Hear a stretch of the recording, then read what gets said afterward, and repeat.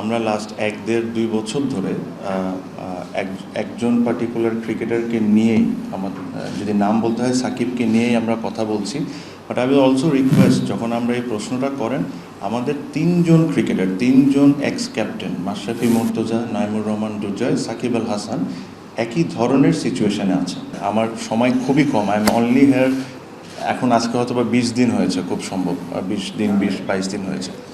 So যদি আমি elected হই ইনশাল্লাহ, তো এটা নিয়ে আমার নিজস্ব একটা প্ল্যান আছে যে জিনিসটাকে কেমনে কী করতে হয়। আবার হলো ইলেক্টেড বডির জন্য ছিল, আমাদের কোনো অধিকার নেই কনস্টিটিউশন চেঞ্জ করার। আমরাই যারা ছিলাম অনেক আলোচনা করেছি যে বিগত সব ইলেকশনে স্পেশালি জেলা বিভাগ থেকে যারা আসেন, এটা বাধ্যতামূলক করাটা আমরা ঠিক মনে করি না। আমি মনে করি না কনস্টিটিউশনালি এটা রাইটও, যেটা হলো যে অ্যাডহক কমিটি করে দিব, এটার থেকেই নিতে হবে, যখন ইচ্ছা আপনি ওখান থেকে একজনকে বের করে দিবেন আপনার সাপোর্টের জন্য, যখন ইচ্ছা আপনি ঢুকাই দিবেন।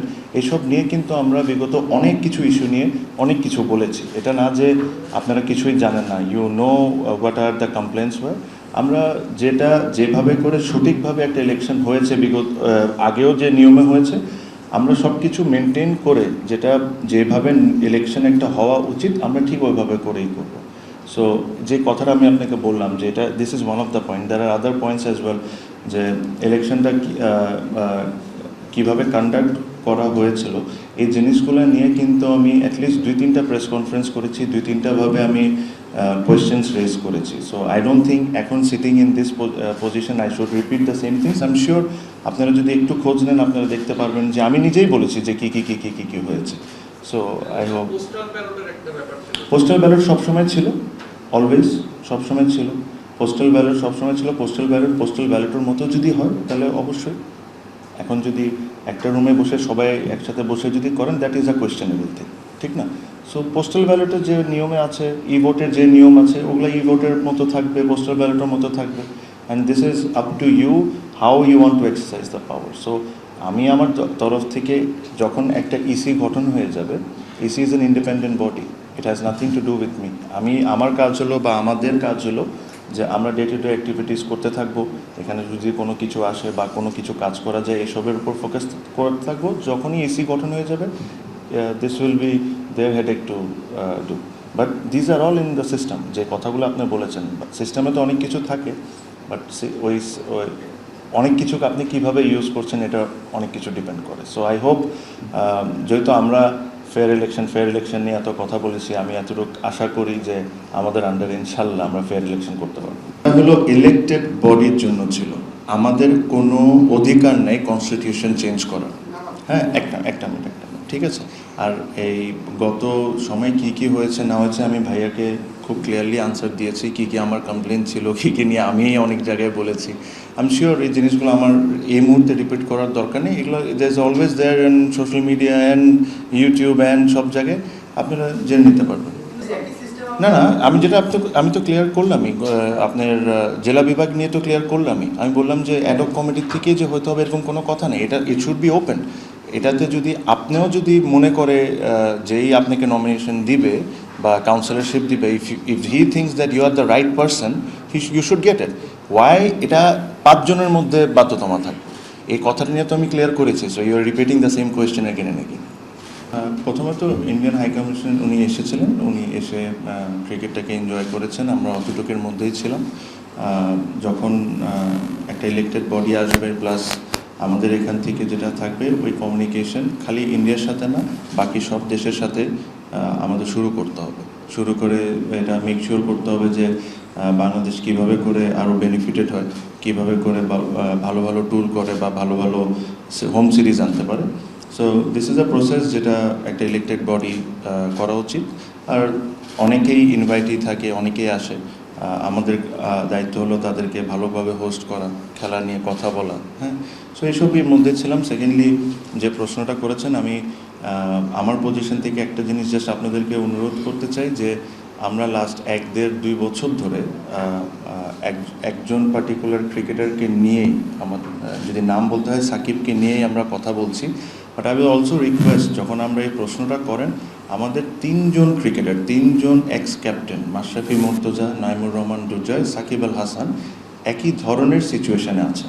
তো it is not right for me two sit here and talk about only one particular cricketer. আমার কাছে মনে হয় যে আমরা যখন প্রশ্ন করব, আপনারাও যখন প্রশ্ন করবেন, please make sure that you are mentioning the other two ex captain also. যে বিষয়টা আছে আমাদের তরফ থেকে ক্রিকেটিং এনি সুযোগ সুবিধা বা যে কোনো কিছু আমরা তাদেরকে ওপেন আর্মে ওয়েলকাম করব। যে জিনিসগুলা যে লফুলি যে জিনিসগুলো আছে, আপনি আমাদের মিনিস্টার সাহেবও বলেছেন, উনিও বলেছেন যে এটার প্রতি আমরা নমনীয় হব, ওনার তরফ থেকে বলেছেন। অ্যাজ ক্রিকেট বোর্ড আমাদের তরফ থেকে ক্রিকেটিং যেসব জিনিসে আমরা হেল্প করতে পারি, will always there, will welcome them with open arm, যদি ওনাদের ওই সমস্যাগুলো ওনারা সমাধান করে আসেন। ক্লিয়ার? তো সেকেন্ড কোয়েশ্চেন, এটা তো আমি ডিসাইড করতে পারি না, এটা যার দায়িত্ব সে ওটা ডিসাইড করবে, মানে me sitting here cannot answer that. Secondly যে জিনিসটা বলেছেন ভাইয়া, যে আই অ্যাবসলিউটলি এগ্রি, আমিও একজন সাফারার, যে আমরা বেসিকলি বিসিবির একটাই ফেসিলিটিস এখন আছে যেখানে সব প্র্যাকটিস হচ্ছে। এই জিনিস নিয়ে যখন একটা ইলেক্টেড বডি এসে যাবে, আমি বললাম যে আমার সময় খুবই কম, আই এম অনলি হেয়ার, এখন আজকে হয়তো বা 20 দিন হয়েছে, খুব সম্ভব 20 দিন 22 দিন হয়েছে।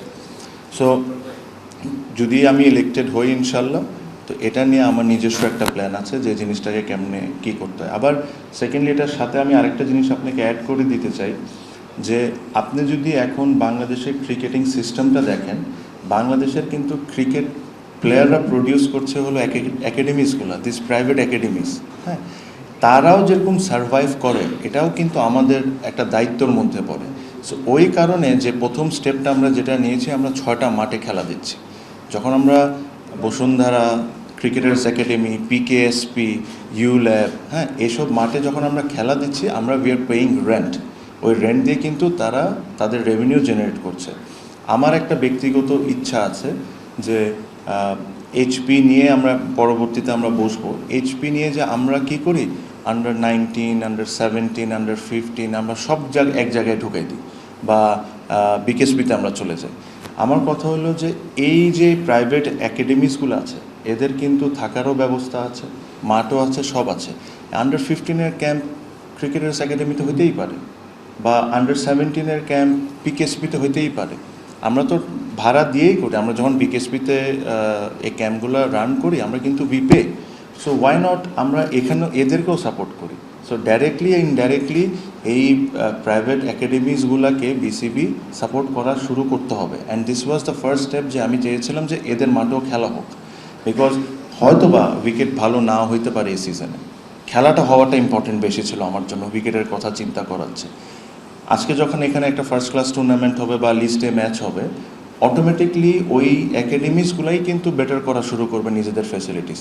So that's how you help each other. সো এটাই আমার প্ল্যান। আমি আশা করি যখন আমি যদি আমি একটা লম্বা সময়ের জন্য এখানে থাকতে পারি, আমার নিজের স্বপ্ন আছে, আমি ওই স্বপ্নগুলা কেমনে বাস্তবায়ন করতে পারি ওটা নিয়ে কাজ করব তখন।